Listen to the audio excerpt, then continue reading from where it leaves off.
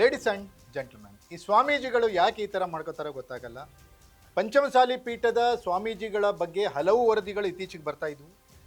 ಒಂದು ಶ್ರೀ ಶ್ರೀ ಜಯಮೃತ್ಯುಂಜಯ ಸ್ವಾಮೀಜಿಯ ಕೆಲವು ವಿಚಾರಗಳು ಬಂದಿದ್ವು, ಅದೀಗ ಲಾಜಿಕಲ್ ಎಂಡಿಗೆ ಹೋಗ್ತಾ ಇದೆ. ಈಗ ಈ ವಚನಾನಂದ ಸ್ವಾಮೀಜಿದು ಮತ್ತೊಂದು ಕತೆ. ವಚನಾನಂದ ಸ್ವಾಮೀಜಿಯವರನ್ನ ಪೀಠದಿಂದ ಹೊರಗೆ ಹಾಕಿದ್ದಾರೆ ಟ್ರಸ್ಟಿಗಳೆಲ್ಲ ಸೇರಿ ಅನ್ನುವಂಥ ವರದಿಗಳು ಬಂದಿದ್ವು. ಸ್ವಾಮೀಜಿಗಳು ಕೋರ್ಟಿಗೆ ಹೋಗಿದ್ರು ಅದಕ್ಕೆ ಸ್ಟೇ ಕೊಡಿ ಅಂತ. ಅದಾದಮೇಲೆ ನಾನು ಯಾಕೆ ಮಠ ಬಿಟ್ಟು ಹೋಗಲಿ ಅಂತ ಹೇಳಿ ಕೂತ್ಕೊಂಡಿದ್ರು ಮಠದಲ್ಲೇ. ಈಗ ಬಸವ ತತ್ವದ ಪ್ರಚಾರ ಮಾಡ್ತೀನಿ, ಬಸವ ಜಯಂತಿಯ ಕಾರ್ಯಕ್ರಮವನ್ನು ಮಾಡ್ತೀನಿ, ನನಗೆ ಪರ್ಮಿಷನ್ ಕೊಡಿ ಅಂತ ಹೇಳಿ ಸ್ವಾಮೀಜಿಗಳು ಅರ್ಜಿ ಸಲ್ಲಿಸಿದ್ದಾರೆ. ಈ ಕುರಿತ ಅಪ್ಡೇಟ್ಸನ್ನು ನಾನು ಕೊಡ್ತೀನಿ. ನೆಲ ಜಲ ಭಾಷೆಗಾಗಿ ಪ್ರಾಮಾಣಿಕ ಪತ್ರಿಕೋದ್ಯಮ, ನಾನು ಹೇಮಂತ್.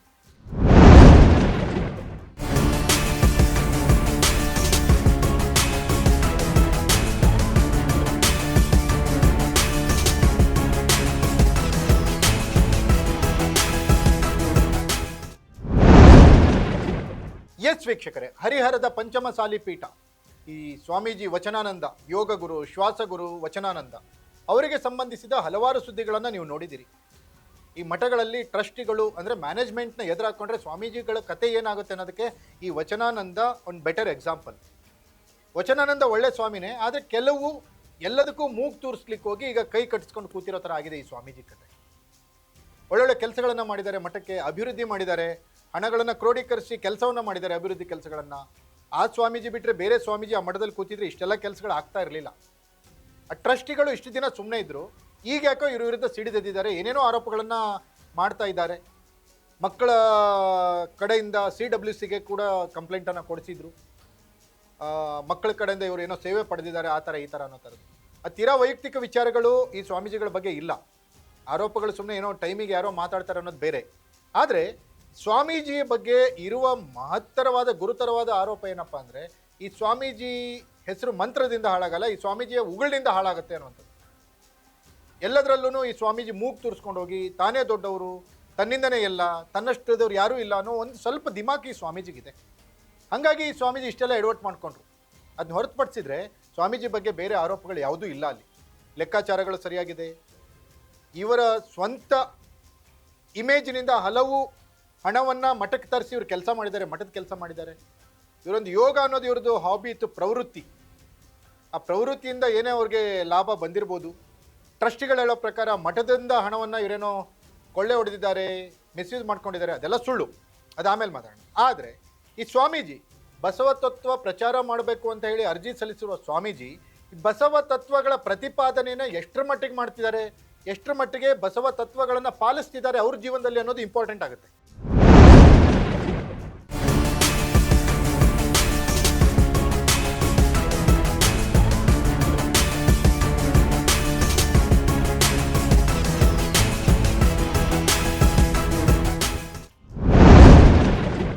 ಈ ಸ್ವಾಮೀಜಿ ವಿರುದ್ಧ 15ರಲ್ಲಿ 13 ಜನ ಟ್ರಸ್ಟಿಗಳು ಸ್ವಾಮೀಜಿಯನ್ನು ಮಠದಿಂದ ಹೊರಗೆ ಹಾಕ್ರಿ ಅಂತ ಹೇಳಿ ಮಾಡಿ ಸೈನ್ ಹಾಕಿದ್ರು. ಆದರೆ ಅದರಲ್ಲಿ ಕೆಲವು ಟ್ರಸ್ಟಿಗಳು ಉಲ್ಟಾ ಹೊಡೆದಿದ್ದಾರೆ, ಸ್ವಾಮೀಜಿಗಳು ಇರಲಿ ಮಠಕ್ಕೆ ಅಂತ. ಆದರೆ ಮ್ಯಾನೇಜ್ಮೆಂಟ್ ಮತ್ತು ಈ ಸ್ವಾಮೀಜಿ ಈ ಮಠದ ಬೈಲಾ ಏನಿರುತ್ತೆ ಅನ್ನೋದ್ರ ಮೇಲೆ ಅದು ನಿರ್ಧಾರ ಆಗುತ್ತೆ. ಈಗ ಪ್ರಕರಣ ನ್ಯಾಯಾಲಯದ ಮೆಟ್ಲೇರಿತ್ತು, ಪೊಲೀಸ್ ಸ್ಟೇಷನ್ ಮೆಟ್ಲೇರಿತ್ತು. ಇದಕ್ಕೊಂದು ಟ್ವಿಸ್ಟ್ ಸಿಕ್ಕಿದ್ದೇನಪ್ಪ ಅಂದರೆ, ಸ್ವಾಮೀಜಿ ಬಸವ ತತ್ವ ಪ್ರಚಾರಕ್ಕೆ, ಬಸವ ಜಯಂತಿಯ ಕಾರ್ಯಕ್ರಮಕ್ಕೆ ಅನುಮತಿ ಕೊಡಿ ಅಂತ ಅರ್ಜಿ ಸಲ್ಲಿಸಿದ್ದಾರೆ. ಅದಕ್ಕೆ ಮತ್ತೆ ಅಲ್ಲೇ ಟ್ರಸ್ಟಿಗಳಿಗೆ ಉಲ್ಟಾ ಹೊಡೆದಿದ್ದಾರೆ. ಟ್ರಸ್ಟಿಗಳಲ್ಲೂ ಕೆಲವೊಂದು ರಾಜಕೀಯ ಅಂತ ಬೆರೆತರೆ ಏನಾಗುತ್ತೆ ಅನ್ನೋದಕ್ಕೆ ಈ ಮಠ ಒಳ್ಳೆ ಎಕ್ಸಾಂಪಲ್ ಆಗುತ್ತೆ. ರಾಜಕಾರಣಿಗಳು ಅವರವರ ಪಕ್ಷದ ಲಾಭಕ್ಕೆ, ಅವರವರ ಹಿತಾಸಕ್ತಿಗೆ ಅನುಗುಣವಾಗಿ ಈ ಸ್ವಾಮೀಜಿಗಳನ್ನು ಬಳಸ್ಕೊಳ್ಳಿಕ್ಕೆ ಪ್ಲ್ಯಾನ್ ಮಾಡ್ತಾರೆ. BJP ಟ್ರಸ್ಟಿಗಳು ಯಾರಾದರೂ ಇದ್ದರೆ BJP ಪರವಾಗಿ ಪ್ರಚಾರ ಮಾಡಿ ಅಂತಾರೆ, ಕಾಂಗ್ರೆಸ್ ಟ್ರಸ್ಟಿಗಳಿದ್ರೆ ಕಾಂಗ್ರೆಸ್ ಪರವಾಗಿ ಪ್ರಚಾರ ಮಾಡಿ ಅಂತಾರೆ. ರಾಜಕೀಯವಾಗಿ ಆ ಟ್ರಸ್ಟಿಗಳಿಗೆ ಲಾಭ ಆಗೋ ಥರ ಕೆಲಸಗಳನ್ನು ಸ್ವಾಮೀಜಿಗಳು ಮಾಡಬೇಕಾಗುತ್ತೆ. ಎಲ್ಲೋ ಸ್ವಾಮೀಜಿಗಳಿಗೆ ಇರಿಸುಮುಸ್ತುಂಟಾಗುತ್ತೆ. ತಾನು ಬಂದಿರೋದು ಆಧ್ಯಾತ್ಮಿಕ ಸೇವೆಗಾಗಿ, ತಾನು ಬಂದಿರೋದು ಧಾರ್ಮಿಕ ಕೆಲಸಗಳಿಗಾಗಿ, ತಾನು ಬಂದಿರೋದು ಸಾಮಾಜಿಕ ಕಳಕಳಿಗಾಗಿ, ನಾನು ಯಾಕೆ ರಾಜಕೀಯ ಕೆಲಸಗಳನ್ನು ಮಾಡಲಿ, ರಾಜಕಾರಣವನ್ನು ಯಾಕೆ ಮಾಡಲಿ ಅಂತ ಸ್ವಾಮೀಜಿ ಏನಾದರೂ ಹೇಳಿದರೆ ಟ್ರಸ್ಟಿಗಳು ಮತ್ತು ಸ್ವಾಮೀಜಿಗಳ ನಡುವೆ ಭಿನ್ನಾಭಿಪ್ರಾಯ ಉಂಟಾಗುತ್ತೆ, ಬಿರುಕುಂಟಾಗುತ್ತೆ. ಇದೇ ರೀತಿ ಆಗಿರೋದು ದಾವಣಗೆರೆಯಲ್ಲಿಯೂ ಕೂಡ.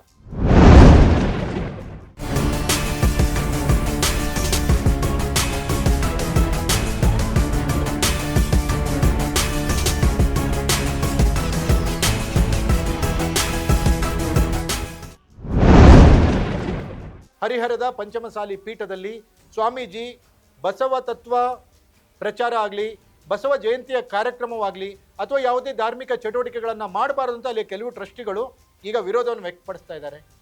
ಇದು ಯಾವ ರೀತಿ ಕನ್ಕ್ಲೂಡ್ ಆಗುತ್ತೆ ಕಾದ್ ನೋಡಬೇಕಿದೆ. ಇದಾಗಿತ್ತು ಈ ಕ್ಷಣದ ಅಪ್ಡೇಟ್. ನೆಲ ಜಲ ಭಾಷೆಗಾಗಿ ನೋಡ್ತಾ ಇರಿ ಫೋಕಸ್ ಟಿವಿ.